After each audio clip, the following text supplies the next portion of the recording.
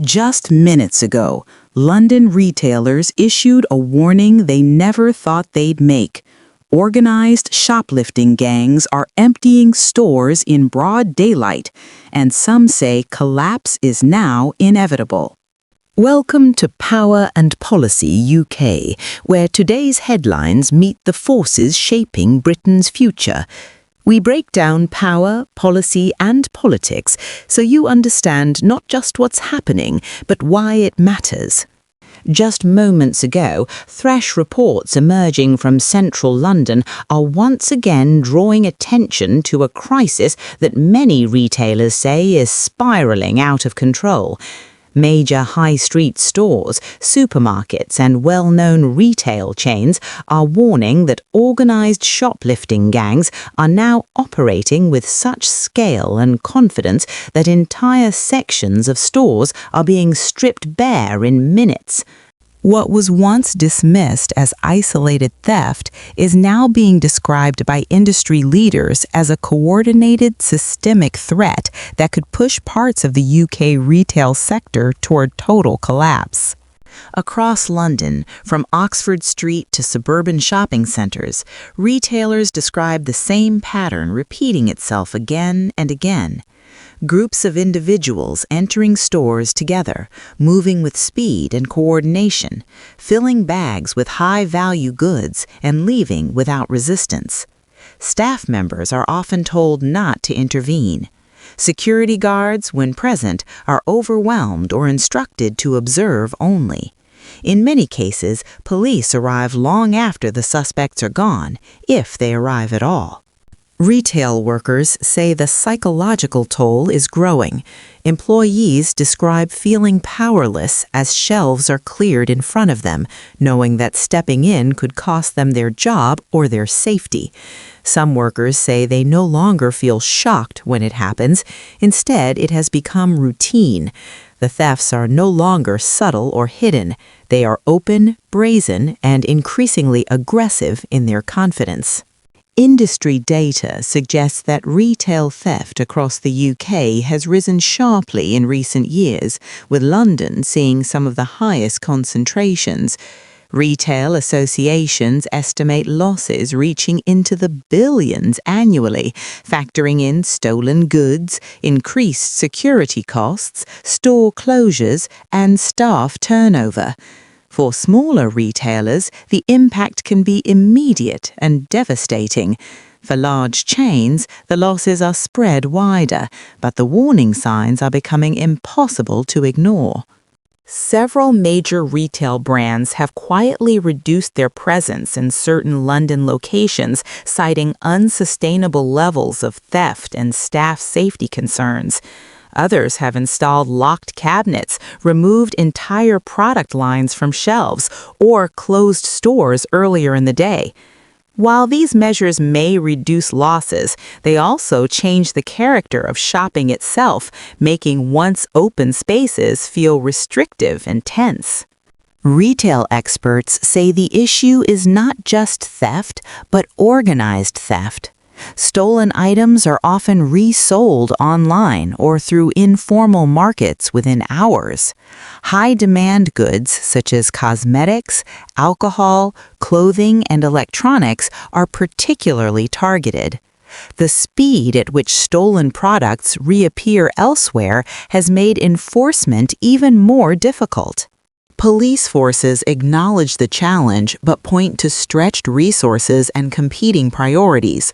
Officers are often dealing with serious violent crime, leaving retail theft lower on the response list unless staff or customers are directly threatened. Critics argue that this has created a perception of consequence-free crime, encouraging repeat offenses and emboldening organized groups. Business leaders warn that this perception is one of the most dangerous elements of the crisis. When criminals believe there is little risk of arrest or prosecution, the scale of theft grows.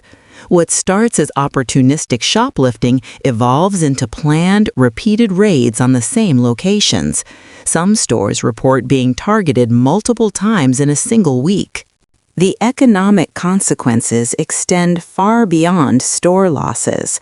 As retailers raise prices to offset theft, consumers feel the impact. As stores close or reduce hours, local jobs disappear. High streets already struggling with rising rents and online competition face another destabilizing force. In some areas, once busy shopping districts are seeing more empty storefronts, reinforcing a cycle of decline. Retail workers' unions have also raised alarms, calling for stronger protections for staff and clearer enforcement policies. They argue that frontline employees should not be left to manage the fallout of a national problem. Reports of verbal abuse, intimidation, and threats during theft incidents are becoming more common, adding to stress in an already demanding sector. Government officials have acknowledged the concerns and pledged action, pointing to increased penalties for repeat offenders and new funding for neighborhood policing. However, retailers argue that policy changes are moving too slowly compared to the pace at which theft is escalating.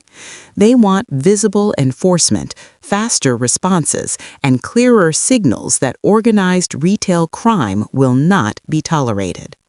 Some analysts link the surge in theft to wider economic pressures, including rising living costs and social inequality. Others caution against oversimplifying the issue, noting that organized theft rings operate with profit motives rather than necessity. Understanding the distinction, they argue, is key to crafting effective solutions that address both crime and its underlying drivers. Public reaction has been mixed. Some shoppers express frustration at locked shelves and reduced service, while others sympathize with workers and business owners caught in the middle. Social media footage of mass shoplifting incidents has gone viral, sparking heated debates about law enforcement, justice, and responsibility. What was once a quiet problem is now playing out in full view of the public. Retail chains warn that without decisive action, more drastic measures may follow. This could include further store closures, reduced product availability, and increased automation. While technology may help deter theft, it also risks removing human jobs and changing the nature of retail work permanently. Behind the headlines and alarming statistics are real people navigating an increasingly uncertain environment. Shop workers deciding whether to stay in a job that feels unsafe, small business owners weighing whether they can afford to keep their doors open, communities watching familiar stores disappear from their streets. The situation unfolding in London is increasingly seen as a warning sign for other UK cities. What happens in the capital often spreads outward, and retailers nationwide are watching closely. Some have already begun adjusting security policies in anticipation of similar trends. As this story continues to develop, the central question remains unresolved. Can authorities restore confidence and order before the damage becomes irreversible? Or is the retail landscape heading toward a fundamental transformation driven by crime, technology, and economic pressure? For now, the scenes reported today underscore a growing sense of urgency. Retail leaders say this is no longer just about shoplifting. It is about the future of high streets, the safety of workers, and the stability of an industry that employs millions across the UK. What happens next will depend on decisions made not only by police and policymakers, but by society as a whole. The balance between enforcement, prevention, and economic support may determine whether this crisis is contained or whether warnings of total collapse become reality. You've been watching Power and Policy UK. If you value clear analysis without the noise, subscribe and stay informed. New reports and breakdowns on British politics and power every week.